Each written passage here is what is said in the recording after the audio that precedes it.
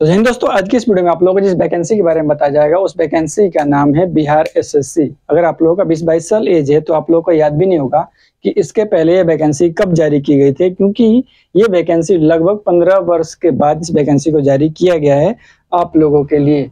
अब ये बिहार एसएससी की न्यू वैकेंसी है जो कि 15 वर्ष के बाद में इस वैकेंसी को जारी किया गया है। आप लोगों को अच्छे से पूरा डिटेल्स समझ करके इस फॉर्म को जरूर फिल कर लेना है, क्योंकि बहुत ही अच्छी नौकरी होती है ये।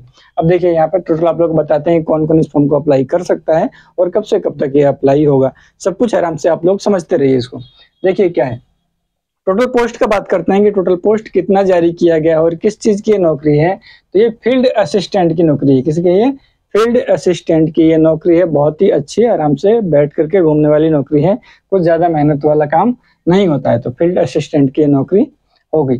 अब बात करते हैं कि कितने टोटल पोस्ट में वैकेंसी जारी की गई है। तो टोटल पोस्ट जो है वो 200, यहाँ पे बता दे रहे हैं आप लोगों को कि अगर आप अदर स्टेट से हैं तो भी आप इसको अप्लाई कर सकते हैं। ऐसा नहीं कि सिर्फ बिहार के बच्चे अप्लाई करेंगे, अदर स्टेट वाले भी इसको अप्लाई कर सकते हैं।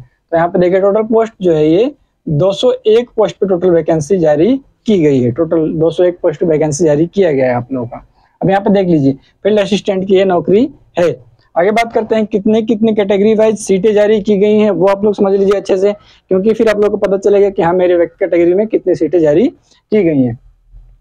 जनरल के लिए 79 सीट जारी की गई हैं मेल कैंडिडेट के लिए। अगर आप फीमेल हैं तो आपका 28 सीट जारी किया गया है जनरल कैटेगरी में। लेकिन अगर आप ईडब्ल्यूएस हैं तो मेल के लिए 20 और फीमेल के लिए 7। वहीं पे बीसी हैं तो 21 सीट मेल के लिए और फीमेल के लिए 7 सीटें जारी की गई हैं। बिहार में ओबीसी को 2 भागों में बांटा गया है, बीसी और ईबीसी। ठीक है, तो अगर आप ईबीसी कैटेगरी से आते हैं तो मेल कैंडिडेट के लिए 37 सीट और फीमेल के लिए 13 सीटों पर वैकेंसी जारी की गई है। वहीं पे एससी के लिए 35 सीटें मेल कैंडिडेट के लिए और 12 सीटें फीमेल के लिए। लेकिन अगर आप एसटी कैटेगरी से आएंगे तो आप देखेंगे कि यहाँ पे बहुत सीटें कम हैं। यहाँ पे एसटी कैटेगरी के लिए मेल के लिए 2 सीट और फीमेल के लिए कोई सीट नहीं है। लेकिन यहाँ पे परेशान होने की जरूरत नहीं है। अगर आप एसटी कैटेगरी से आते हैं तो आप जनरल से इस फॉर्म को अप्लाई कर सकते हैं। जो जनरल का कटअप जाएगा उस पे आप भी कटअप लेकर के उस नौकरी को ले सकते हैं। ठीक है, यहाँ तक तो आप लोगों को समझ में आ गया होगा।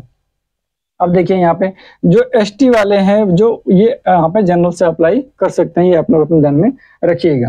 अप्लाई डेट जो रखा गया है कब से ये फॉर्म अप्लाई होगा, तो 25 अप्रैल से अप्लाई होगा 23 मई तक। लगभग 1 महीने का टाइम दिया जाएगा आप लोग को इस फॉर्म को अप्लाई करने के लिए। 25 अप्रैल से 23 मई तक आपको उतने दिन का इंतजार नहीं करना है। जल्दी से जल्दी आप लोग इस फॉर्म को फिल कर लेना है, बाद में सर्वर हो जाता है स्लो। फिर यहाँ पे फीस की बात करते हैं कितना कितना फीस लगेगा। तो अगर आप जनरल हैं, ईडब्ल्यूएस हैं, बीसी हैं या फिर ईबीसी कैंडिडेट हैं तो आपको 540 रुपये लगेगा इस फॉर्म को फिल करने के लिए।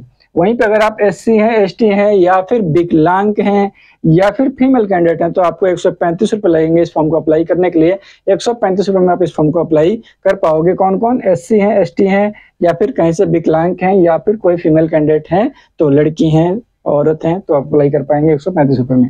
क्वालिफिकेशन की बात करते हैं तो क्वालिफिकेशन 12th पास रखा गया है। 12th पास अगर तो अप्लाई करेंगे आप लोग 12th पास पर। लेकिन ये दिया गया नोटिफिकेशन में कि 12th पास तो होना चाहिए, लेकिन क्या होना चाहिए? आईएससी। आईएससी मतलब अगर आपने साइंस से किया है 12th तो आप इसको अप्लाई कर पाओगे, या फिर आपने 10th करके डिप्लोमा किया है तो आप इसको अप्लाई कर पाओगे। तो ये भी ध्यान में रखेंगे आप लोग, क्योंकि बहुत कम बच्चे आईएससी से करते हैं तो उतना ज्यादा हाई कटअप जाने के चांसेस नहीं है। सीट कम है लेकिन उतना फॉर्म भी नहीं फिल होगा। आगे देखिए एज लिमिट की बात करते हैं तो 1 अगस्त से आपका एज का गणना होगा, कम से कम और मैक्सिमम से मैक्सिमम दोनों ही। कितना से देखा जाएगा? 1 अगस्त से आप लोगों का देखा जाएगा। अब यहाँ पे जो बात करते हैं कि बिहार के कोई सा फॉर्म आता है तो उसमें एज का तो कोई प्रॉब्लम नहीं होता है, क्योंकि बहुत ज्यादा एज पहले ही दिया जाता है। अब यहाँ पे वैसे ही है, कम से कम 18 साल होना चाहिए और अधिक से अधिक 37 साल एज होना चाहिए अगर आप जनरल कैंडिडेट है तो। बाकी तो और कैटेगरी के लिए छूट दिया जाता है, जैसे कि बीसी, ईबीसी। अगर जनरल कैटेगरी से फीमेल हैं आप तो भी 18 से लेकर के 40 साल तक आप लोगों को एज मिलेगा अप्लाई करने के लिए। बहुत ज्यादा एज होता है, 40 साल आराम से अप्लाई करने के लिए एज बहुत ज्यादा हो गया। अब एससी है, एसटी अगर आप हैं तो आप लोगों को 42 साल तक अप्लाई करने को उम्र मिलेगा, उतने दिन तक आप अप्लाई कर सकते हैं। यहाँ पे जो नोटिफिकेशन दिया गया जो इम्पोर्टेंट है, ध्यान देने लायक है, वो क्या चीज है? वो ये है कि 40,000 से ज्यादा फॉर्म अप्लाई होने पर, अगर 40,000 से ज्यादा फॉर्म अप्लाई होता है तो प्रारंभिक परीक्षा ली जाएगी, यानी कि प्री एग्जाम होगा। अगर 40,000 से ज्यादा फॉर्म अप्लाई हो जा रहा है तो पहले एक प्री एग्जाम होगा, उसके बाद में मेंस एग्जाम होगा। अब यहाँ पे देखिए बिहार का कोई सा भी वैकेंसी आता है तो अगर 100 सीट भी जारी कर दिया गया तो उसके लिए भी 1 लाख बच्चे फॉर्म फिल कर देते हैं, उसके लिए भी 1 लाख बच्चे फॉर्म फिल कर देते हैं। अब यहाँ पे तो दिया गया है 201 सीट दी गई है और मात्र 12th पास पे दिया गया है, ठीक है, ISC से। तो यहाँ पे जो फॉर्म फिल होने का चांस है कितना भी कम होगा तो 40,000 से ज्यादा ही होगा, और 40,000 से ज्यादा होगा तो आप लोगों का प्रारंभिक परीक्षा लिया जाएगा, यानी कि एक प्री एग्जाम होगा, उसके बाद में मेंस एग्जाम होगा। तो यहाँ पे ये तो आप लोग तय समझिए कि आप लोगों का प्री का एग्जाम होना ही है, इसलिए मैंने जो सिलेबस लिखा है वो सिलेबस मैंने प्री का ही लिखा है सिलेबस, ठीक है।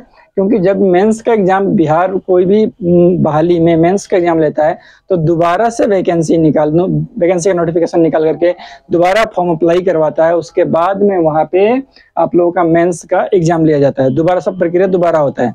तो पहले आप लोगों का प्री का समझ लेना है कि प्री में आप लोगों का कौन कौन सा क्वेश्चन आएगा, किस किस सिलेबस से क्वेश्चन आएंगे, तो पहले आप लोग प्री को अच्छे से समझ लीजिए। क्योंकि 40,000 से ज्यादा फॉर्म फिल होगा तो आप लोगों का प्री का एग्जाम होगा और 40,000 से ज्यादा ही फॉर्म अप्लाई होने वाला है यहाँ पे।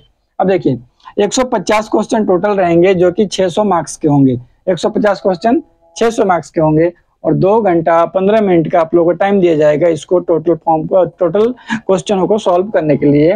वहीं पे नेगेटिव मार्किंग जो होगा वो 1/4 का नेगेटिव मार्किंग होगा आप लोगों का, अच्छे से इसको ध्यान में आप लोग रखेंगे। बाकी जीके, मैथ, साइंस और रीजनिंग से क्वेश्चन होंगे आपके 150 क्वेश्चन। तो जीके जो होगा वो 50 होगा, मैथ होगा 25, साइंस होगा 25 और रीजनिंग भी आपका होगा 50 क्वेश्चन, रीजनिंग से होगा 50 क्वेश्चन। तो 50 50 100 और ये 25 25 50, तो 150 क्वेश्चन टोटल आपके होंगे। जीके से मैथ, साइंस और रीजनिंग को मिला करके 150 क्वेश्चन होंगे, 1/4 का नेगेटिव मार्किंग होगा, इसको जरूर ध्यान में रखना है आप लोगों को। जो सैलरी की बात करते हैं कि सैलरी क्या है, अगर आप लोग इसको पास कर लेंगे तो आपका मेंस का जो एग्जाम होगा वो दोबारा से एक नोटिफिकेशन जारी किया जाएगा, आप उसको अप्लाई करेंगे, फिर आप लोगों का मेंस का एग्जाम होगा। सैलरी का जो होता है वो सेकंड लेवल से सैलरी मिलता है यहाँ पे, तो लगभग आप लोग का सैलरी पहले महीने 30,000 के ऊपर मिलती है सैलरी, ठीक है। तो कम मेहनत में अच्छी खासी सैलरी मिलती है यहाँ पे आप लोगों को, ठीक है। डॉक्यूमेंट्स को ध्यान में रखना है बहुत अच्छे से, कौन कौन सा डॉक्यूमेंट्स लगेगा अच्छे से समझिए। जनरल अगर आप हैं जनरल तो फिर कोई बात नहीं, जनरल है फिर तो कोई दिक्कत नहीं है, कुछ भी नहीं लगना आप लोग को, डॉक्यूमेंट्स मिल जाएगा। लेकिन अगर आप EWS हैं तो आपको EWS का सर्टिफिकेट लगाना है, ठीक है। अगर आप SC हैं, ST हैं तो आप लोग को SC ST का अपना सर्टिफिकेट लगाना है। लेकिन अगर आप बिहार से BC हैं या फिर EBC हैं, क्या चीज है EBC, BC या फिर EBC अगर आप हैं तो आपको एक डॉक्यूमेंट्स बनवाना पड़ता है, उस डॉक्यूमेंट्स का नाम है NCL बनवाना पड़ेगा, नॉन क्रीमी लेयर। अगर आप BC हैं या फिर EBC हैं तो आप लोगों को नॉन क्रीमी लेयर बनवाना होगा इस फॉर्म को अप्लाई करने के लिए। अगर ये नहीं है आपके पास में तो आप अप्लाई नहीं कर पाओगे। ये भी ध्यान में रखोगे कि कम से कम आपको 1 वर्ष पुराना चाहिए, 1 वर्ष पुराना चाहिए, इससे अधिक पुराना नहीं होता है, नहीं चाहिए। अगर इससे अधिक पुराना होगा तो फिर थोड़ा सा दिक्कत हो जाता है, एक जाकर के और जिला में एक दस्तावेज बनवाना पड़ता है। तो उससे अच्छा है कि आप लोग नया ही एक NCL बनवा लीजिएगा, बाद में भाग दौड़ करने से अच्छा है कि अभी आप लोग एक NCL बनवा करके आप इस फॉर्म को अप्लाई कीजिएगा, और अप्लाई जरूर कीजिएगा क्योंकि यहाँ पे कट ऑफ कम जाएगा। क्योंकि देखिए अगर 100 बच्चे यहाँ पे समझिए अच्छे से, कभी भी 12th का एग्जाम होगा तो 100 बच्चों में से, हर 100 बच्चों में से 50% तो जो बच्चे होते हैं वो आर्ट्स से फॉर्म अप्लाई कर देते हैं, आर्ट्स से, ठीक है। और बाकी जो 25% बच्चे हैं, 30% बच्चे, वो 30% बच्चे ही SI से साइंस लेते हैं, ठीक है। मतलब बहुत कम बच्चे लेते हैं SCIENCE, ठीक है, साइंस लेते हैं। तो बहुत कम बच्चे होते हैं जो कि साइंस, 30% ही, हर 100 बच्चों में लगभग ये आंकड़ा है कि हर 100 बच्चों में से 30 बच्चे ही जो होते हैं वो साइंस लेते हैं। तो इतना नहीं है कि बहुत ज्यादा हाई जाने वाला है, क्योंकि जो बच्चे होंगे वो कम ही होंगे इसको अप्लाई करने के, जिसके पास में साइंस होगा वही अप्लाई करेगा। तो आप लोग उसको अप्लाई जरूर करना अगर आपने साइंस से किया है तो। बाकी जानकारी अच्छा लगता है तो वीडियो को लाइक कर दीजिए, चैनल को जरूर सब्सक्राइब कीजिए। मिलते हैं अगले वीडियो में, तब तक के लिए धन्यवाद, जय हिंद।